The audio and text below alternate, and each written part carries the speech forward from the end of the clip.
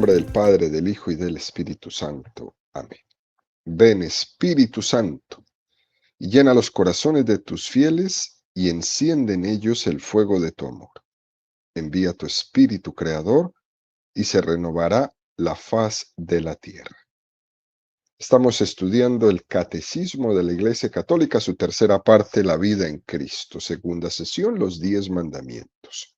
Capítulo primero, amarás al Señor tu Dios con todo tu corazón, con toda tu alma y con todas tus fuerzas. Artículo primero, el primer mandamiento. Continuamos subiendo el monte Sinaí de la mano de Moisés a recibir los 10 mandamientos. Son 2.285 metros que mide el monte Sinaí y el Catecismo nos invita a recorrerlo de la mano de los 505 números que dedica al estudio de los 10 mandamientos. Es decir, subiremos 4 metros del monte Sinaí por cada número del catecismo que estudiemos. Hoy estaremos en el metro 316 de altura.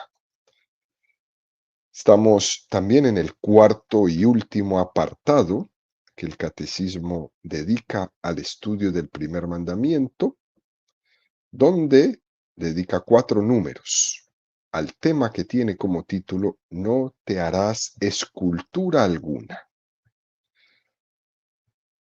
Número 2131 del Catecismo de la Iglesia Católica dice: fundándose en el misterio del Verbo encarnado, el séptimo concilio ecuménico, celebrado en Nicea en el año 787, justificó contra los iconoclastas el culto de las sagradas imágenes, las de Cristo, pero también las de la Madre de Dios, de los ángeles y de todos los santos. El Hijo de Dios, al encarnarse, inauguró una nueva economía de las imágenes. Es un número preciosísimo este, que no le gusta mucho a los enemigos de las imágenes, ¿no?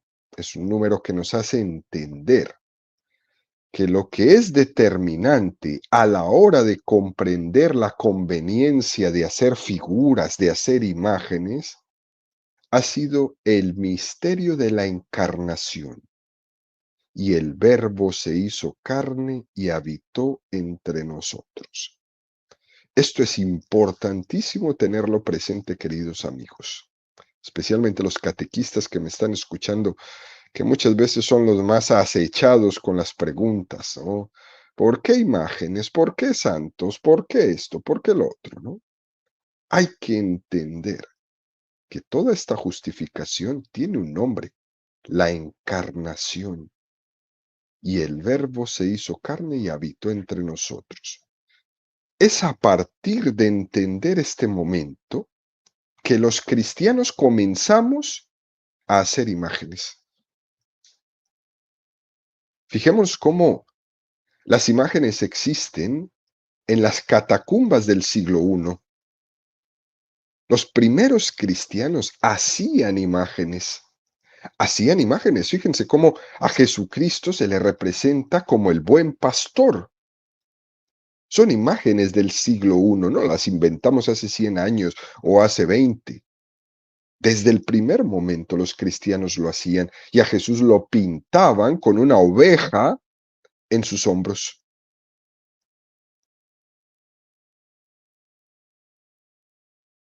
Cuando iniciamos nuestro estudio del catecismo, nosotros explicábamos que el catecismo tiene mucha letra y pocas imágenes, pero tiene 4 imágenes, una para cada una de las partes del catecismo. En la primera es la imagen más antigua que se tiene de la Santísima Virgen María, encontrada en una catacumba, allá escondida, metida a 1 kilómetro, quizás bajo tierra. Las imágenes han existido en el mundo cristiano desde el primer momento. Pero en la historia apareció una crisis muy fuerte y muy triste en el cristianismo. Es una herejía que fue muy poderosa, que tiene como nombre iconoclasta, la herejía iconoclasta. Es muy importante aprender este nombre, aunque suene un poco así como raro. Los iconoclastas fueron como una secta nacida dentro del mismo cristianismo que venía impulsada por un influjo muy fuerte de una presión que el Islam ejerció sobre el cristianismo. Fíjense cómo la palabra ícono es una palabra griega que significa imagen.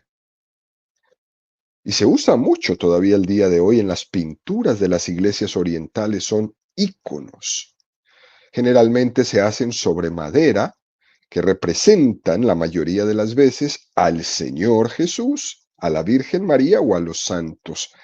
Y estas imágenes, íconos, son sagrados, son reverenciados con gran devoción en el mundo de las iglesias orientales, también para nosotros, ¿no? Iconoclastia significa rotura de imágenes. Por eso esta secta se llamaba así, los iconoclastas, los que rompían imágenes. Y fueron un grupo de cristianos que, influenciados por una serie de corrientes culturales fuertemente impulsadas por el Islam, eh, el cual es totalmente contrario a hacer ningún tipo de imagen, se propusieron crear las condiciones para destruir las imágenes que tenía el cristianismo. Decían que los cristianos que teníamos imágenes éramos muy vulnerables al hacer imágenes de Jesús, porque Dios es un espíritu puro y no podemos hacer imágenes. Y entonces, este pensamiento, impulsado por la presión de la expansión del mundo islámico, en ese tiempo, estamos hablando de alrededor del siglo VII, surgió esta herejía iconoclasta. Alrededor del año 726, con la influencia del emperador bizantino León III, que le llamaban el Isáurico, se desató, ¿no? Se desató la campaña iconoclasta. Este nombre es muy importante en nuestro relato. León III, porque él va a dar como el permiso, ¿no? Y se desata. Estos iconoclastas condenaban la realización de cualquier imagen sin vida, pintura, escultura, cualquier imagen que pretendiera representar a Jesús, a María o a uno de los santos, o incluso, ellos convocaron un sínodo en el año 754. Ese sínodo se le llama el sínodo de Hiereia, para condenar las imágenes. Un tiempo después de esta persecución, hubo algunos rebotes, quizás mucho más fuertes, de este grupo de herejes, ahora impulsados por otro emperador llamado León V, llamado el Armenio, y esto se fue así hasta el año 842. Fíjense ustedes, queridos amigos, son 116 años destruyendo imágenes por todas partes. Por donde pasaban, rompían, destrozaban, quemaban todas las imágenes. Y eso supuso 116 años muy difíciles a lo largo de la historia de la iglesia. Eso nos invita quizás a darnos cuenta nosotros que los problemas que la iglesia ha tenido que enfrentar en su historia han sido enormes. No son hoy los 10 pastores protestantes que salen en la tele ahí con un martillo destrozando la Virgen de Guadalupe. Esos realmente están desfasados. Aquí estamos hablando de 116 años de persecuciones impulsadas por emperadores, con el poder de un emperador. Y no uno, dos y tres y todos, ¿no? Y la iglesia ha afrontado con valentía todo este tipo de persecuciones, sin doblar el brazo en lo que siempre ha sido la sana doctrina de la iglesia, contra viento y marea. Ahora, ¿cómo se le dice a los defensores de las imágenes? Se les dice iconódulos. Por ejemplo, nosotros somos iconódulos, nosotros defendemos las imágenes ante los iconoclastas, los que las rompen, nosotros las defendemos. En ese tiempo, el gran defensor de la doctrina de las imágenes era San Juan Damasceno, al cual le llamaban el orador de oro. Y él tenía un grupo de monjes que se dedicaban a cuidar, a defender, a debatir, a rebatir, a esconder, a dar su propia vida en la defensa de todas estas imágenes que eran los monjes de Mansur. La iglesia, en medio de toda esta persecución, que la historia es pues bastante larga, no alcanzaríamos a contarla aquí en un espacio tan reducido de tiempo. Pero resumiendo, ¿no? En el año 787 la iglesia convocó un concilio en la ciudad de Nicea, que fue el segundo concilio de Nicea. Recuerden ustedes, el primer concilio de Nicea es el concilio donde la iglesia empezó a establecer, a definir el credo. Bueno, pues en el segundo concilio de Nicea, 400 años después, vuelven y se reúnen en esta ciudad en un concilio para dar una respuesta a la herejía iconoclasta. La iglesia se va a pronunciar en torno a estos rompedores de imágenes, ¿no? Mucho tiempo después, estamos hablando prácticamente ya del siglo XVI, hubo otra fase de persecuciones por las imágenes y fue la creada por la Reforma Protestante. ¿Eh? Ya eso era otro nivel, ¿no? Otro nivel. Los protestantes en el siglo XVI acusaron a los católicos de que estaban cayendo en supersticiones al venerar las imágenes y las reliquias de los santos en todas partes, ¿no? Parece ser que estos protestantes, amigos de Lutero, amigos de Calvino, amigos de Siglio, amigos de Enrique VIII, de todos estos protestantes, no habían leído lo que había sucedido en el siglo VII con todos estos iconoclastas. Parece que en ese momento se les borró la memoria a personajes tan ilustres como el mismo Lutero. La mayoría de las confesiones protestantes ven en la veneración a las imágenes una manifestación de idolatría. Y es para ellos una falta muy grande porque es una falta directa contra el segundo mandamiento de la ley de Dios. Y entonces se genera una oleada de persecución en contra del cristianismo y de sus imágenes de los católicos, pues descomunal. Estamos hablando de alrededor del año 1520. No tanto fue Martín Lutero, sino sus seguidores, los que alentaron a agudizar la persecución, alentaron a que la gente misma, ni siquiera los religiosos protestantes, la gente misma, se volcaran a destrozar las imágenes invocando esa prohibición de la idolatría y esa prohibición de la fabricación de imágenes esculpidas de Dios, ¿no? Eso lo prohíbe el Decálogo y entonces no lo podemos permitir. Y salen a la calle. En 1524, ¿eh?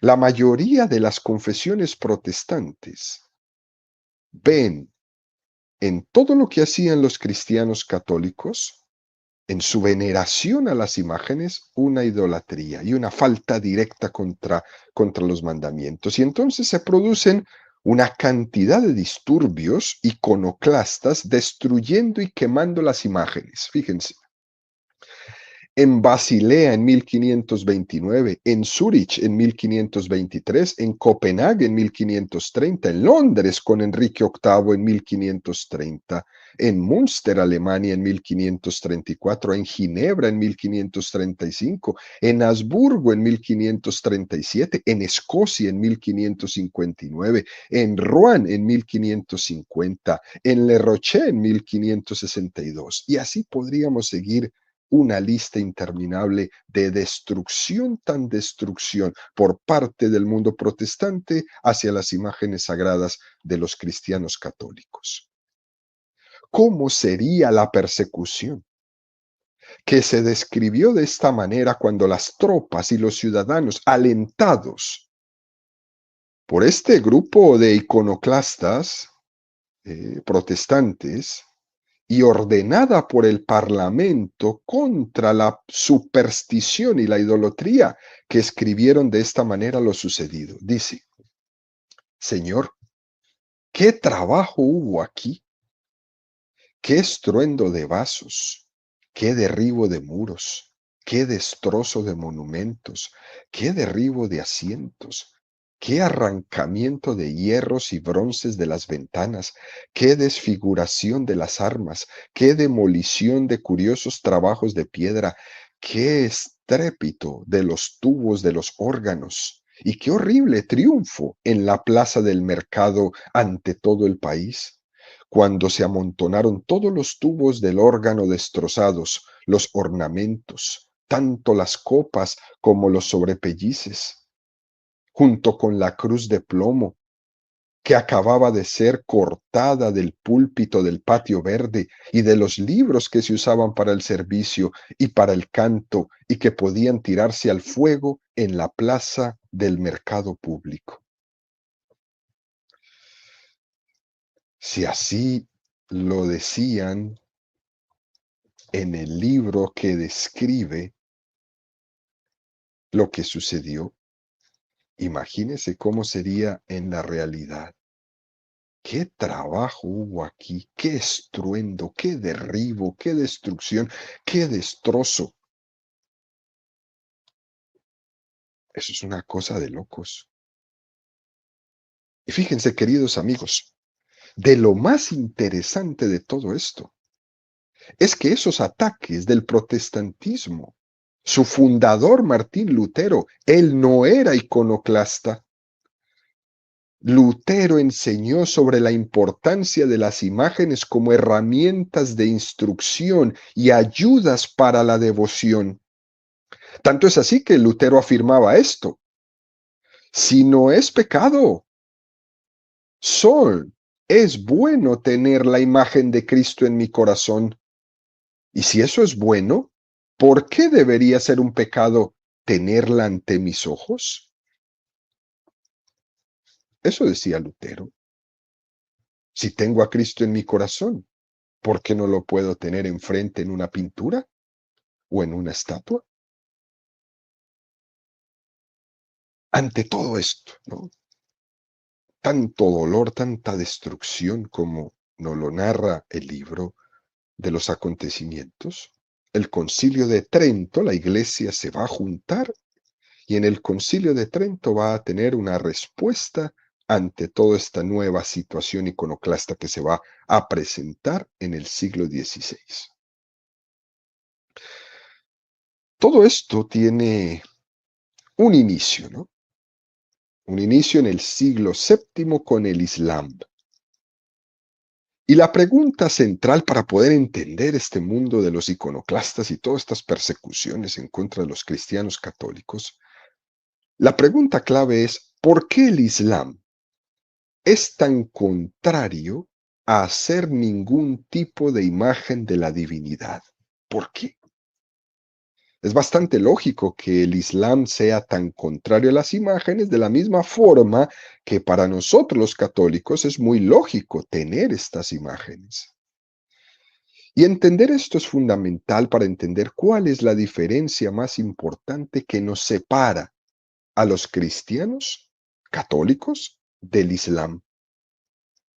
Nosotros los cristianos somos la religión de la encarnación, del Dios que se hizo hombre. Acuérdense las palabras de ayer, trascendencia e inmanencia, tan lejano que está sobre todas las cosas, está sobre todo lo mío, pero tan cercano que es más íntimo a mí que yo mismo. Ese Dios es el Dios de la encarnación, del Dios que se hizo hombre. Es nuestra señal de identidad como cristianos católicos. Dios tomó carne humana. Ese Dios tan grande, tan poderoso, trascendente del Antiguo Testamento, se hizo visible. Somos la religión de la encarnación. Lo que caracteriza al Islam es que es la religión del Dios distante y trascendente, intocable. A nosotros no. Nosotros en Jesucristo remarcamos la trascendencia y la inmanencia. Dios es totalmente otro y al mismo tiempo es el Emanuel, Dios con nosotros. Ahora, a las postramerías de la Navidad, esto es hermosísimo. El Emanuel, Dios con nosotros, van a ser la próxima semana. Cuando Jesucristo asume nuestra condición humana, Él la asume con todas las consecuencias. Y eso supone dejarse ver, dejarse representar, dejarse pintar, dejarse recordar. Si en los tiempos de Jesucristo, si en el siglo I hubiera habido cámaras de fotografía o teléfonos celulares como hoy, Jesús se hubiera dejado fotografiar. Él no hubiera dicho, no, no, no, no, eso es un pecado en contra del primer mandamiento. No, no, no, Jesús se hubiera puesto ahí para una selfie contigo, sin duda alguna, porque se le puede ver, se le puede palpar.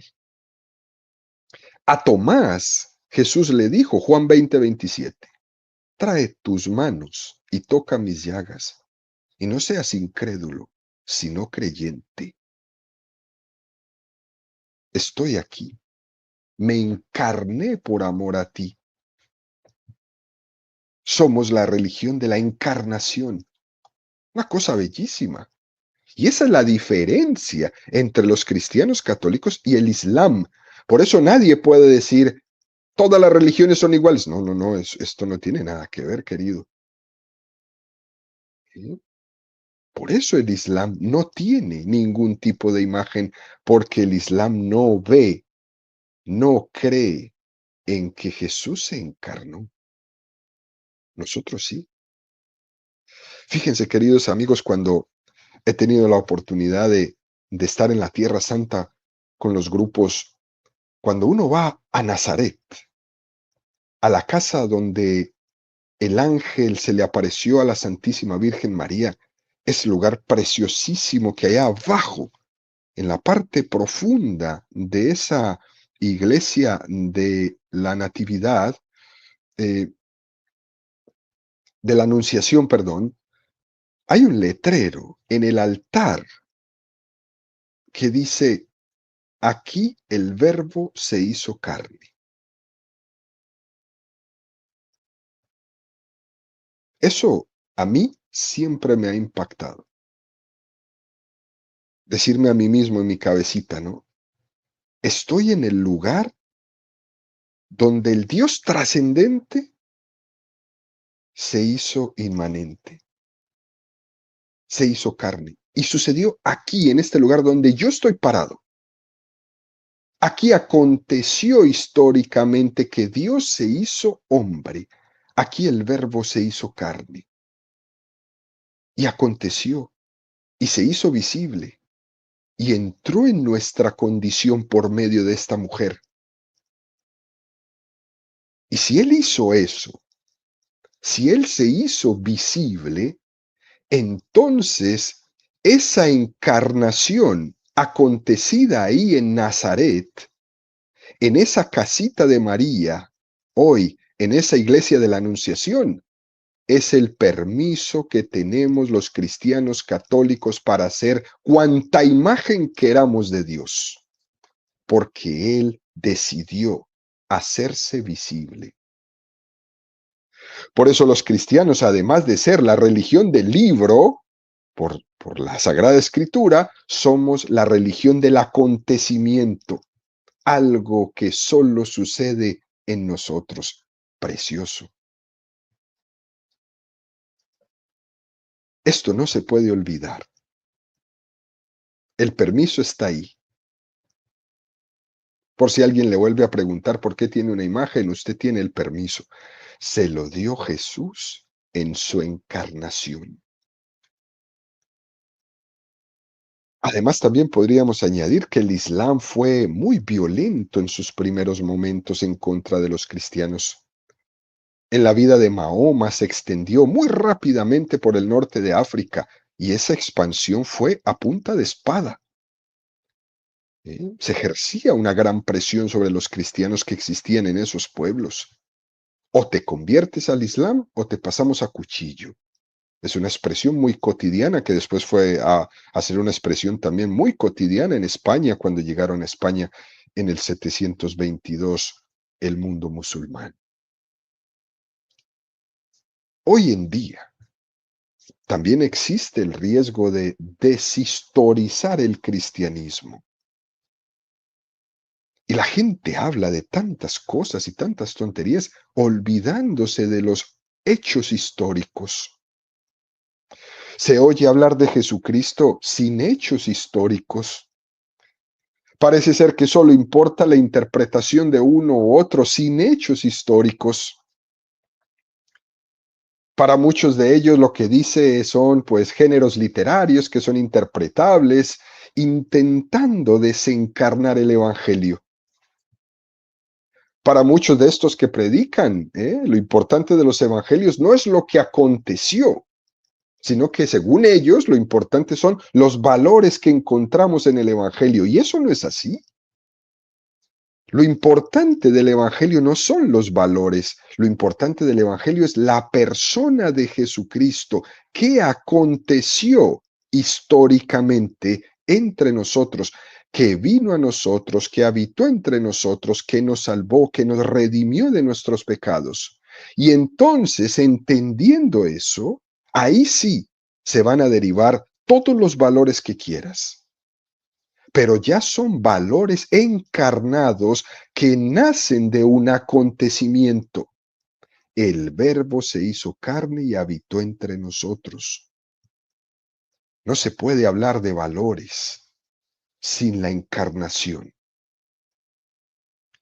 Por tanto, queridos amigos, el tema de las imágenes no es cuestión de me gustan las imágenes o no me gustan las imágenes.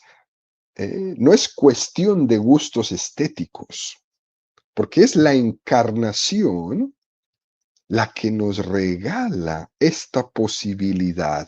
Es un acontecimiento histórico el que nos da esta posibilidad. ¿Qué dijo la Iglesia en el concilio de Nicea, en ese segundo concilio de Nicea para responder a esta herejía de los iconoclastas? Voy a leer el texto textualmente, ¿no? Entrando, como si dejáramos por el camino real, siguiendo las enseñanzas divinamente inspiradas por nuestros santos padres, definimos con toda exactitud y cuidado que de modo semejante a la imagen de la preciosa y vivificante cruz, han de exponerse las sagradas y santas imágenes, tanto las pintadas como las de mosaico y de otra manera conveniente, en las santas iglesias de Dios, en los sagrados vasos y ornamentos, en las paredes y cuadros, en las casas y caminos, las de nuestro Señor y Dios Salvador Jesucristo, la de la Inmaculada Señora Santa Madre de Dios, de los preciosos ángeles y de los santos varones. Porque cuanto con más frecuencia son contemplados por medio de su replatación en la imagen, tanto más se mueven los que están mirando al recuerdo y deseo de los originales y a tributarles el saludo y la veneración de honor. Fíjese que el concilio no ataca a los iconoclastas. El concilio, la iglesia nunca dice, mira estos. No, no. La iglesia define su doctrina sin dar el brazo a torcer. Llevaban 116 años en persecuciones, en dañando las iglesias, destrozando todo.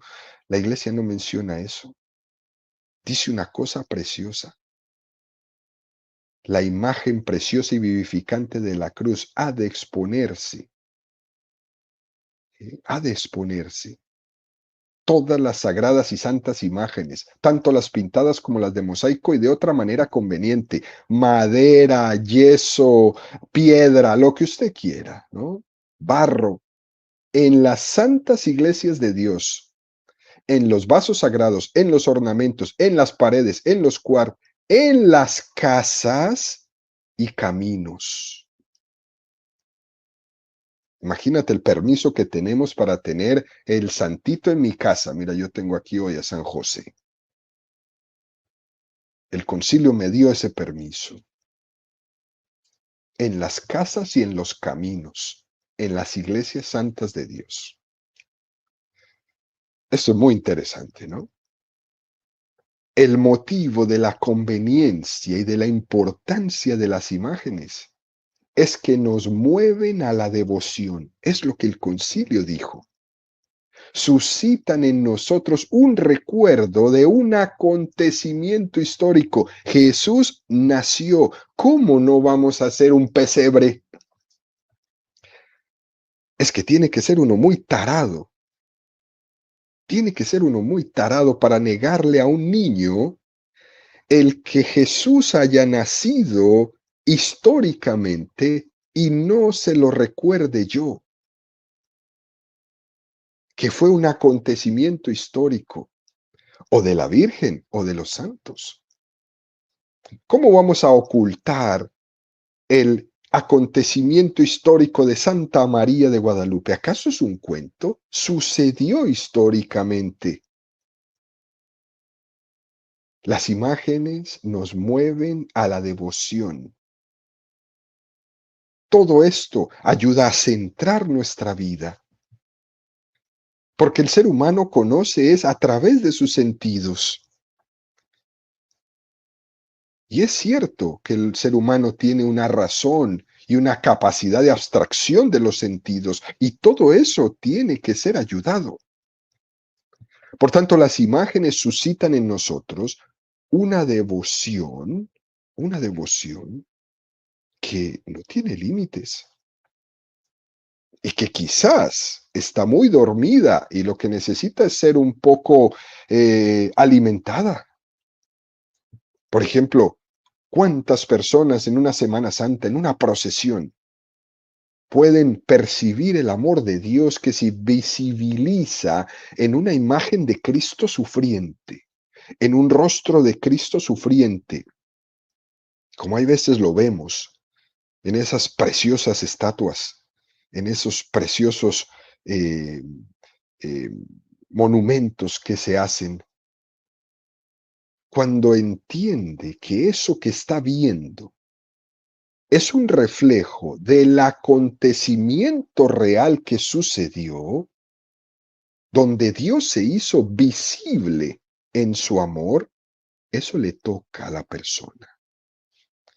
porque se da cuenta que Dios le ha amado y que eso ha sido un acontecimiento real, no es un invento de hombre. Cuando una cosa es invisible, nosotros automáticamente tenemos el riesgo de pensar que es quizás irreal. Y es que además el mundo utiliza los sentidos continuamente para apartarnos de Dios. ¿Y cómo nosotros no vamos a intentar usar esto para acercarnos a Dios? El mundo intenta que nuestros sentidos, que nuestra imaginación esté disipada, esté distraída, y más hoy con la tecnología, el teléfono y la tontería, y 15 horas al día viendo tonterías en imágenes, por cierto, y vivimos distraídos. Y por eso precisamente es que necesitamos de todas las imágenes sagradas para centrar nuestros sentidos en el misterio divino, en el acontecimiento, que nuestros sentidos se apliquen al conocimiento de lo divino. Para eso sirven las imágenes, para centrarnos. Y sin duda alguna Dios ha suscitado en la historia unos tremendos artistas, ¿no? Autores de imágenes sagradas preciosísimas, inspiradas por él. De hecho, aquellos que hacen los íconos son hombres sagrados, que antes de empezar a hacer una pintura, una escultura, entran en una vida de abnegación, de ayuno, para poder estar preparados para hacer esa imagen sagrada. No para que el autor se luzca, sino para que por medio de esa imagen sagrada se mueva a la devoción de todo aquel que la mire. Bueno, esto es prácticamente un tema que tiene mucha tela para cortar, queridos amigos.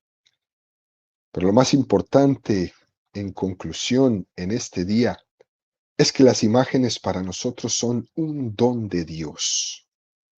Es un regalo de Dios que podamos tener estas imágenes que nos ayuden a adorar al único Dios verdadero, que es invisible, pero que por medio de la encarnación de Jesucristo se hizo visible. Incluso que cuando ascendió al cielo, Jesús no se desencarnó, porque subió al cielo también en su cuerpo, porque la encarnación es eterna y Jesús ascendió al cielo en su condición humana. Por tanto, por toda la eternidad en el cielo, estamos llamados a contemplar también la humanidad de Jesucristo, visible eternamente. No solo vamos a adorar con el alma a Dios en el cielo, también lo vamos a adorar con el cuerpo.